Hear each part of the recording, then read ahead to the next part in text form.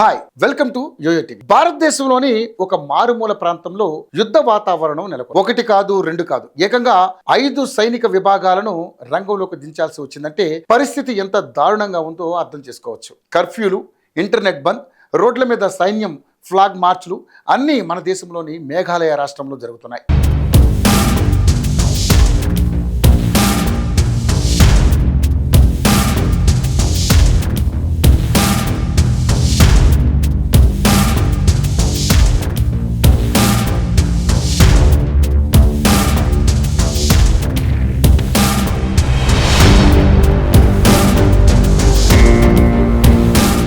జమ్మూ కాశ్మీర్లో కూడా జరగని విధంగా ఇక్కడ ఎన్నికలే వాయిదా పడ్డాయి.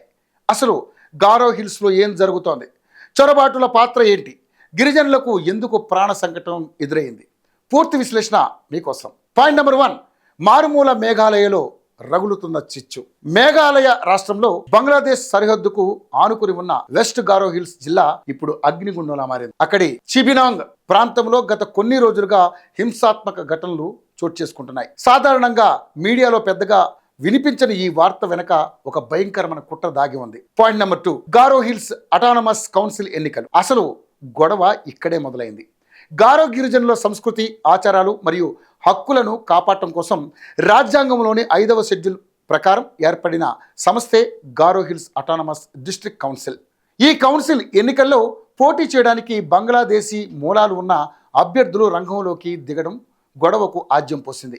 మాజీ ఎమ్మెల్యే సయ్యద్ గాజీ ఎస్మతుర్ మోమినిన్ బంగ్లాదేశ్ నుంచి వచ్చిన చొరబాటుదారుడని అక్రమంగా ఓటర్ లిస్టులో పేరు పొంది ఇప్పుడు గిరిజనులు అధికారాన్ని హస్తగతం చేసుకోవాలని చూస్తున్నాడని స్థానిక గారో గిరిజనులు ఆరోపిస్తున్నారు. పాయింట్ నెంబర్ 3, ISIS పేరిట భయంకరమైన హెచ్చరికలు. ఈ ఉధృతుల మధ్య చిబినాంగ్ పరిసర గ్రామాల్లో భయంకరమైన పోస్టర్లు వెలిచాయి. ISIS హోరాసన్ ప్రావిన్స్ పేరిట బంగ్లా భాషలో ఉన్న ఈ పోస్టర్లో ఒక గడువు విధించారు. 2027 నాటికి ఈ ప్రాంతాన్ని వదిలి వెళ్ళకపోతే మిమ్మల్ని ఊచకోత కోస్తాం అని గిరిజనులు బెదిరించినట్టుగా ఉంది. ఈ హెచ్చరికలు కేవలం మాటలు కావు. బంగ్లాదేశ్లో గారో తెగ అమ్మాయిలపై జరుగుతున్న దాడుల వీడియోలు కూడా వైరల్ చేసి అక్కడి గిరిజనులను భయభ్రాంతులకు గురి చేస్తున్నారు. ఇక పాయింట్ నెంబర్ 4, కాల్పులు, ప్రాణ నష్టం, సైన్యం ఎంట్రీ. ఈ బెదిరింపులకు నిరసనగా గారో యువకులు మాజీ ఎమ్మెల్యేపై దాడి చేయడంతో పరిస్థితి విషమించింది. పోలీసులు జరిపిన కాల్పుల్లో 2 గారో యువకులు మరణించారు. జిల్లా అంతా అట్టుడికిపోవడంతో ప్రభుత్వం ఏప్రిల్ 10 వరకు ఎన్నికలను వాయిదా వేసింది. శాంతి భద్రతలను అదుపులోకి తెచ్చేందుకు ఏకంగా షూట్ ఎట్ సైట్ ఆర్డర్లతో సైన్యం పహారా కాస్తోంది. పాయింట్ నెంబర్ 5, ఇది దేశ భద్రతకు హెచ్చరిక. ఇది కేవలం ఒక చిన్న గిరిజన ప్రాంతంలో జరుగుతున్న గొడవ కాదు. ఒక ప్రాంతంలో డెమోగ్రఫీ అంటే జనాభా నిష్పత్తి మారితే ఎలాంటి అనర్థాలు జరుగుతాయో మేఘాలయ సంఘటనలు నిరూపిస్తున్నాయి. మెజారిటీ గారో గిరిజనులు క్రైస్తవులు మరియు హిందువులు. వారు ఇప్పుడు తమ సొంత గడ్డ మీద అభద్రతా భావంతో బతుకుతున్నారు. చొరబాటుదారులు రాజకీయ అధికారాన్ని చేజిక్కించుకోవడానికి తీవ్రవాద సంస్థల పేర్లను వాడుకుంటూ స్థానికులను వెళ్ళగొట్టాలని చూస్తున్నారు.